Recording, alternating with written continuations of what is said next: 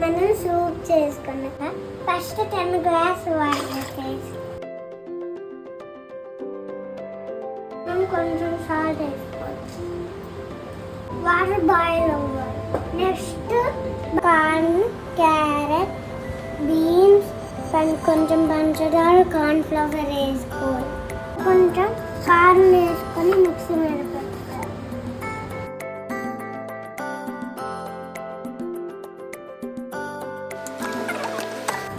Already paste వేస్తే water వేయాలి.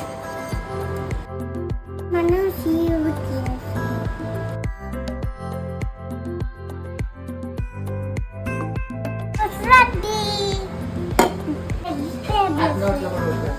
First carrot, beans వేసుకుందాం.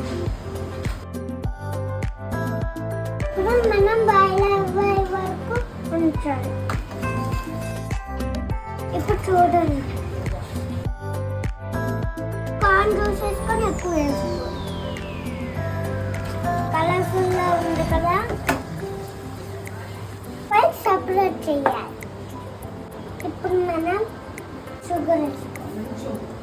కొంచెం టేస్ట్ సాల్ట్. చూసారా బాయిల్ అవుతుంది. ఇప్పుడు మనం కార్న్ ఫ్లోర్ వేసుకోవాలి. ఇప్పుడు మనం టేస్ట్ ఉప్పు సరిపోలా. ఇప్పుడు మనం పెప్పర్ వేసుకుంటాం. మనం ఎగ్ వైట్ వేసుకోవాలి.